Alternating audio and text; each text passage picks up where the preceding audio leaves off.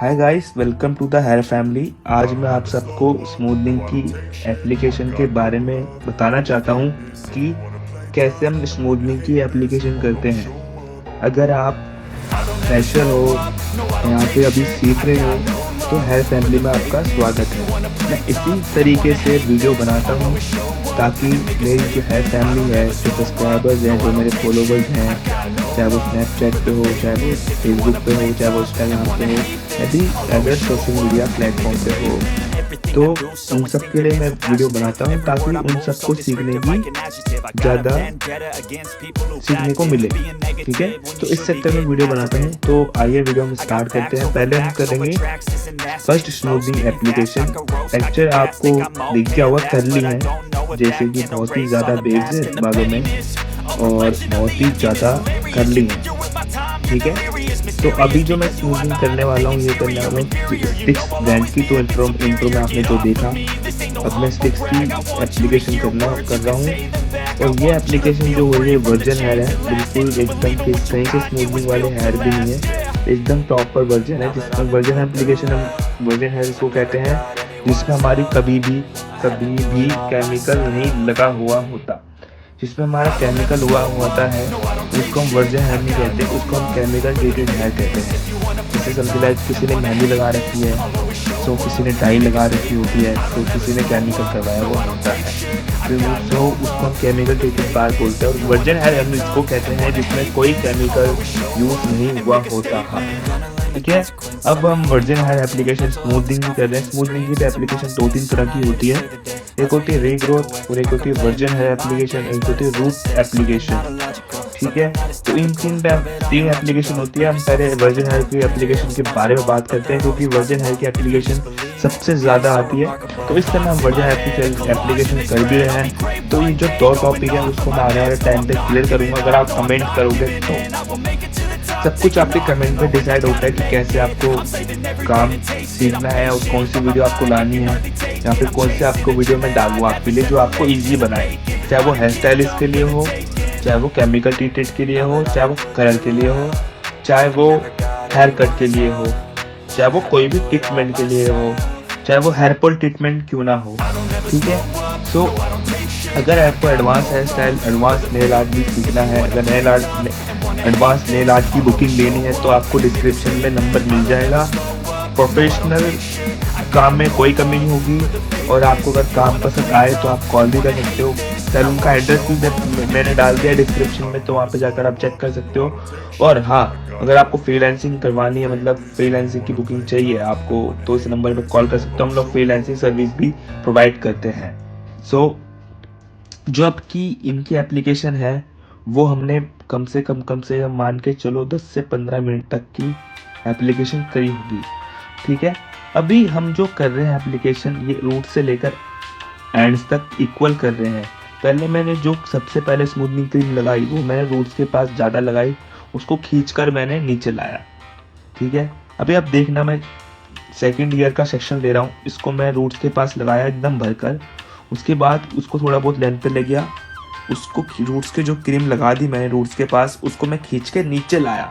मैं नीचे से ऊपर नहीं गया गाइस, ये एक बात याद रखना, नीचे से ऊपर नहीं जाना, हमको ऊपर से नीचे आना है, ताकि जो हमारे क्यूटिकल्स हैं, जो हमारी फर्स्ट लेयर्स है, वो डैमेज ना हो।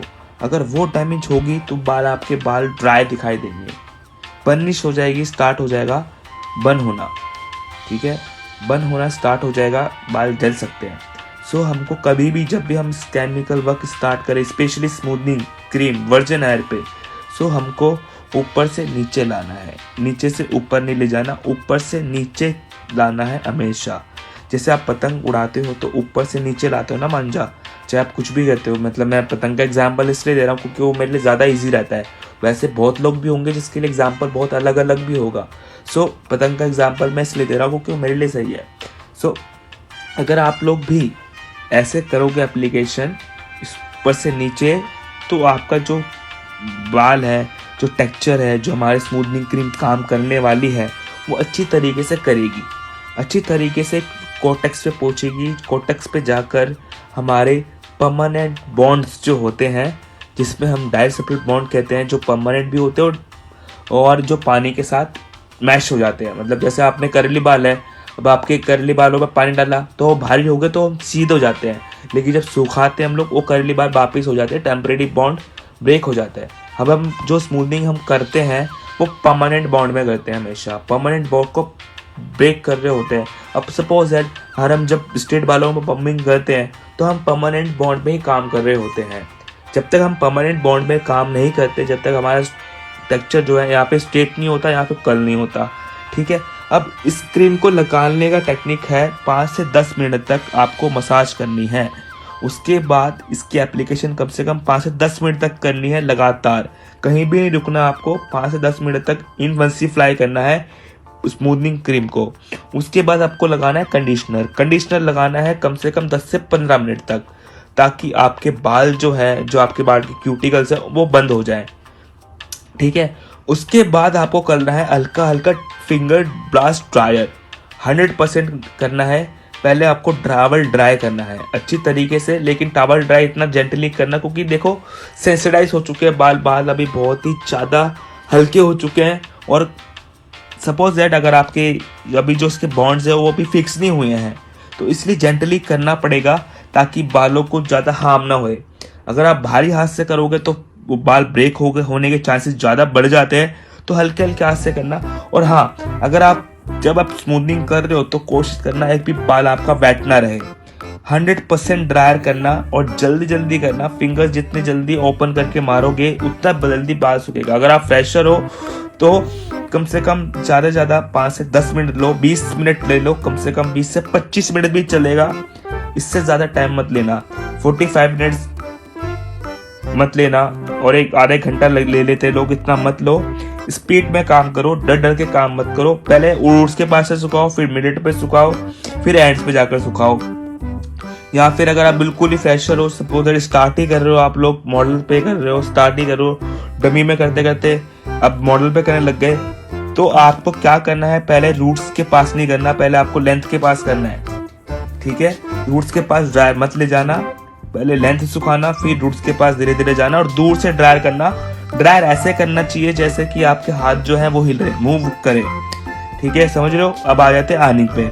आयरनिंग आपको कम से कम आपको आयरनिंग जो हथेली पे होनी चाहिए। आपकी हथेली जो है, आपके आर्म जो है, जो आपके पाम्प है, ये जो हाथ के पाम्प से होते हैं, इसको आर पार दिखना चाहिए। इतना पतला सेक्शन पे आप लोग आंग सेक्शन लेना, पाम्प्स दिखने चाहिए आपके, जो हाथ के हथेली के पाम्प्स हैं या फिर जो भी आप कहते हो, ठीक है, इंग्लिश वर्ड जो भी है, उसके हाथ के आर पार सेक्शन दिखना चाहिए, ठीक है।